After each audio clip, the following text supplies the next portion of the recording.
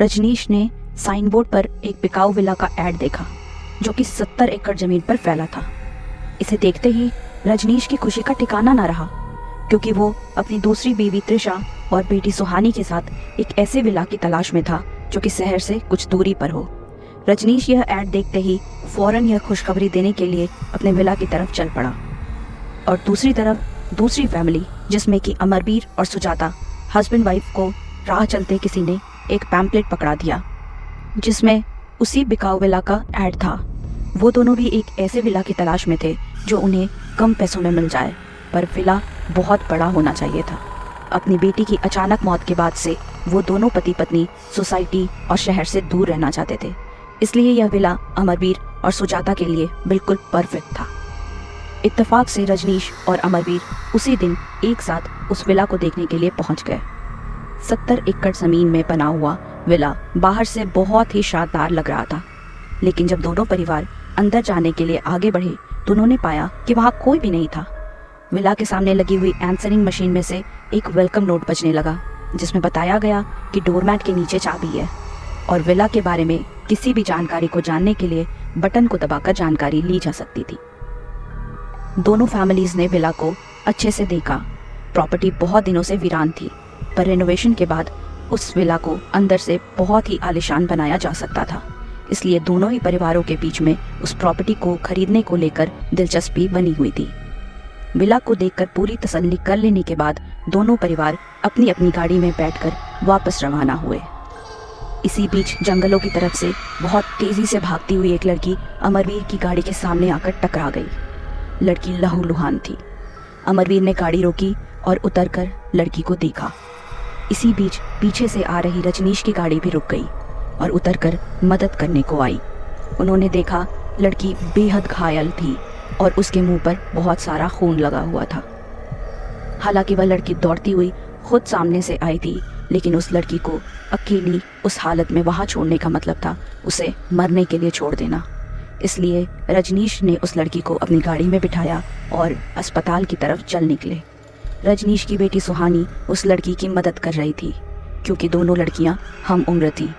लहूलुहान लड़की अपनी बंद होती हुई आंखों से लगातार सुहानी की तरफ देख रही थी, मानो कि वह कुछ कहना चाह रही हो लेकिन कह न पा रही हो। जबकि रजनीश की पत्नी त्रिशा इस बात से खुश नहीं थी कि अमरवीर की गाड़ी से एक्सीडेंट हुआ, तो फिर घायल लड़की को हमने अपनी गाड़ी में अस्पताल ले जाने की जिम्मेवारी क्यों ले ली। दोनों फैमिली साथ साथ अस्पताल का रास्ता ढूंढने लगे। कई घंटे तक चक्कर लगाने के बाद भी उन्हें वहां से बाहर निकलने का रास्ता नहीं मिल रहा था। उन्होंने यह महसूस किया कि वह जहां भी जाते घूमकर फिर उस विला के सामने ही चले आते थे। काफ़ी बार उन्होंने उस विला को पार करने की कोशिश की, लेकिन हर बार वो लोग उस जगह से बाहर निकलने में नाकाम हो रहे थे। ऐसा लग रहा था मानो वह किसी लूप में फंसे हुए हैं और बार बार गाड़ी चलाने के बाद भी आखिर में इस विला के सामने आकर रुक जाते थे। अब अंधेरा पड़ने लगा था, रात होने को आई थी। उन लोगों ने फैसला किया कि वह इसी विला में आज की रात बिताएंगे, क्योंकि गाड़ी की गैस और पेट्रोल सब खत्म हो चुका था। उन सब लोगों को पता चल गया था कि लड़की की जुबान कटी हुई है और उसका सर पर भी गहरी चोट आई है, पर लड़की के मुंह में जुबान ना होने के कारण वो यह बताने के लायक ही नहीं थी कि उसके साथ क्या हुआ था और उसकी ये हालत कैसे हुई थी। अलग अलग कमरों में जाकर छानबीन करने पर पता चला कि वहाँ ज़रूरत की सारी चीज़ें अपने आप मौजूद थी, मानो कि जैसे उन्हें वहाँ किसी ने इन लोगों के लिए ही रखा था। किचन की एक अलमारी के अंदर उन्हें खाने का डब्बा भी मिला जिसमें बिल्कुल फ्रेश खाना रखा था। वो सब लोग ये देखकर हैरान थे कि इतनी वीरान विला में फ्रेश खाना कैसे आया, लेकिन बहुत भूखे होने की वजह से सभी लोगों ने आखिरकार खाना खा लिया और विला के अंदर रात बिताने के लिए इंतज़ाम के सामान ढूंढने लगे। जिस लड़की का गाड़ी के सामने आकर एक्सीडेंट हुआ था, उस लड़की का नाम कीर्ति था। विला के अलग अलग कमरों में उन्हें सोने के लिए जगह मिल गई और स्टोर रूम में ओढ़ने के लिए कंबल मिले। उन्हें रोज अलमारी में से खाने का 6 डिब्बा मिल जाता था। वह सारे लोग किसी मदद के इंतजार में दिन बिताने लगे। 2-4 दिन में धीरे धीरे कीर्ति की हालत में सुधार होने लगा था। वह पहले से बेहतर होने लगी थी। रजनीश और अमरवीर रोज सड़क के दोनों ओर जाते और इस भूल भुलैया वाली सड़क से बाहर निकलने का रास्ता खोजते, लेकिन हर बार चाहे आगे या पीछे कहीं भी चले जाते, पर आखिर में वो इस सड़क पर वापस पहुंच जाते थे जहां यह विला था। उन्हें लगने लगा था जैसे पूरी जिंदगी इस विला के साए से निकलना नामुमकिन था। वह हर दिन बाहर निकलने का रास्ता खोजने निकलते थे। रास्ता तो न मिलता, पर हर दिन सुबह उन्हें अलमारी में से खाने का 6 डिब्बा मिल जाता था। 1 महीना बीतने के बाद उन्हें अचानक अपने आप ही वेलकम नोट छोड़ने वाली मशीन से एक मैसेज मिला। उस मैसेज में लिखा था कि उस विला में सिर्फ एक ही परिवार रह सकता था, इसलिए दूसरे परिवार को विला छोड़कर जाना होगा। दोनों परिवार बहुत ही परेशान होने लगे और दोनों में आपसी झगड़ा भी शुरू हो गया, क्योंकि बाहर निकलने का कोई रास्ता था ही नहीं। देखा जाए तो दोनों परिवार अब इस विला में नहीं रहना चाहते थे, लेकिन वेलकम नोट देने वाली मशीन के हिसाब से सिर्फ एक ही परिवार वहां रह सकता था, तो दूसरा परिवार कहाँ और कैसे जाएगा। वो लोग बहुत डरे हुए भी थे और परेशान भी थे। सब लोगों के सो जाने के बाद अमरवीर की पत्नी सुजाता ने उसी रात को देखा कि उसकी मरी हुई बेटी बगीचे में बैठकर रो रही है और सिसकती हुई अपनी माँ सुजाता की तरफ देख रही है। वो रो रो कर मिन्नतें कर रही है कि माँ मेरे पास चले आओ। सुजाता पहले ही अपनी बेटी के गम में बहुत डूब चुकी थी। वो हर दिन उसे याद किया करती थी और अपनी मरी हुई बेटी को सामने देखकर वह अपने आप को रोक न सकी और दौड़कर विला से बाहर अपनी बेटी के पास बगीचे में चली गई। सुजाता की बेटी ने रोते हुए अपनी दोनों बाहें फैलाकर अपनी माँ को अपने पास बुलाया। सुजाता अपनी बेटी को गले लगाने के लिए उसके पास गई और उसकी बेटी ने अपनी माँ के हाथ में एक धारदार ब्लेड पकड़ा दिया ताकि सुजाता अपने आप को मार सके। और उसकी बेटी ने कहा, माँ अब मेरे पास आ जाओ। अगले दिन सवेरे जब अलमारी खोली गई तो उसमें सिर्फ 5 डब्बे थे, क्योंकि अभी तक किसी को पता नहीं था कि सुजाता मर चुकी है। सब लोग हैरान परेशान थे कि खाने के सिर्फ 5 डब्बे क्यों मिले। रजनीश को लगा कि शायद उन लोगों को भगाने के लिए अमरवीर ने एक डब्बा चुरा लिया है। इस पर दोनों में आपस में बहस हुई, पर रजनीश बिना डब्बा खाए हुए बाहर निकला तो उसने देखा कि अमरवीर की पत्नी की लाश बाहर बगीचे में पड़ी हुई थी। उसने अपनी दोनों कलाई काट ली थी। सुजाता का खून पूरे बगीचे में पानी की तरह बह रहा था। अमरवीर अब अकेला हो गया था और वो बहुत दुखी था और अफसोस में भी था। उसका अपने गुस्से पर काबू नहीं था। उसने खुद ही एक गड्ढा खोदा और अपनी पत्नी को दफना दिया। फिर वो पूरा दिन और पूरी रात वहीं उसके कब्र के पास बैठा रहा।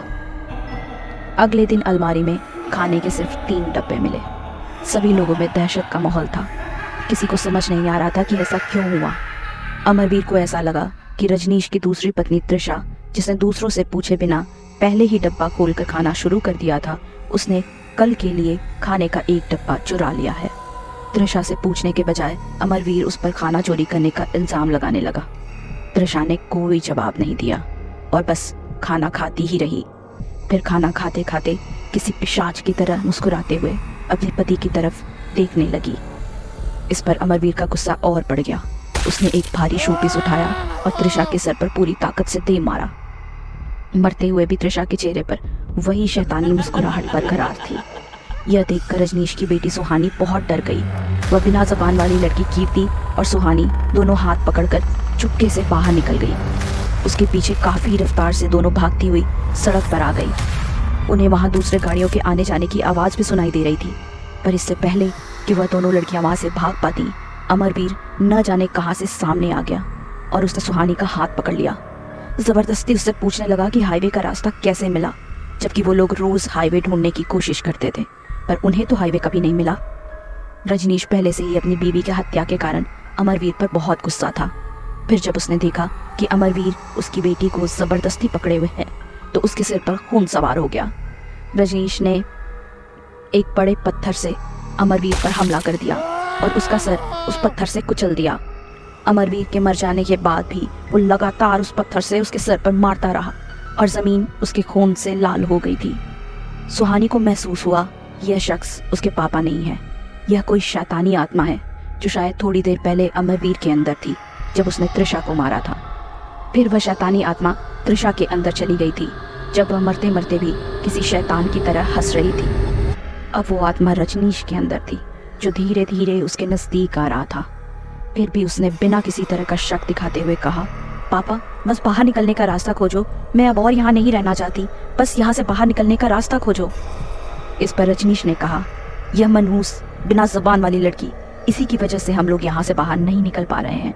और इससे पहले कि सुहानी कुछ कर पाती, उसने कीर्ति का गला पकड़कर उसे ज़मीन से 2 फीट ऊपर उठा दिया। कीर्ति का दम घुटने लगा और आंखें बाहर आने लगी। चेहरा सफ़ेद पड़ गया। वो लगातार हाथ पैर मारने लगी, पर थोड़ी ही देर में उसका शरीर ढीला पड़ गया और फिर रजनीश ने उसे ज़मीन पर किसी खिलौने की तरह फेंक दिया। यह देखकर सुहानी बहुत ज़्यादा डर गई। अपने पापा के इस भयानक रूप को देखकर वह सदमे में आ गई और उसने पास ही पड़ा हुआ वही भारी पत्थर उठाकर अपने पापा के सर के पिछले हिस्से पर पूरे जोर से दे मारा। और जब तक वह पलटकर अपनी बेटी की तरफ देख पाता, तब तक उसकी जान जा चुकी थी। अब सुहानी, जिसने हाईवे पर गाड़ियों की आवाज़ सुनी थी, वापस उसी तरफ भागने लगी, लेकिन किसी ने पीछे से उसके बालों को पकड़ा और उसे ज़मीन पर पटक दिया। वह एक भयानक काला साया था, जिसे देखकर सुहानी अपने होश खोने लगी। उस बिन चेहरे वाली काली परछाई ने सुहानी का मुंह खोला और कैंची से उसकी ज़बान काट डाली। वो काला साया कैंची से उसके पेट में हमला करके उसकी जान लेने ही वाला था कि सुहानी ने हिम्मत दिखाई और वह उठकर सारा जोर लगाकर पूरी रफ्तार से हाईवे की तरफ भागने लगी। तभी 2 गाड़ियां सामने से आईं और गाड़ी से टकराकर सुहानी ज़मीन पर गिर गई और उसका सर फट गया। गाड़ी में से लोग नीचे उतरे और उसे अस्पताल ले जाने की बात करने लगे और सुहानी के मना करने के बावजूद उसे गाड़ी में डालकर अस्पताल ले चल पड़े। गाड़ी में सुहानी की हम उम्र एक लड़की बैठी थी, जो खून रोकने की और उसका ध्यान रखने की कोशिश कर रही थी। सुहानी उस लड़की की तरफ अपनी बंद होती हुई आंखों से लगातार देखे जा रही थी और यह सोच रही थी, क्या अगली पारी इस लड़की की है। कई घंटे गाड़ी चलती रही और बार बार उस विला को पार करने के बाद भी गाड़ी का फ्यूल, गैस सब खत्म हो गया और फिर उन्होंने फैसला किया कि रात इसी विला में बिताएंगे और कल मदद लेने वापस जाएंगे। और इस तरह मौत का एक और सिलसिला दोबारा से चल पड़ा।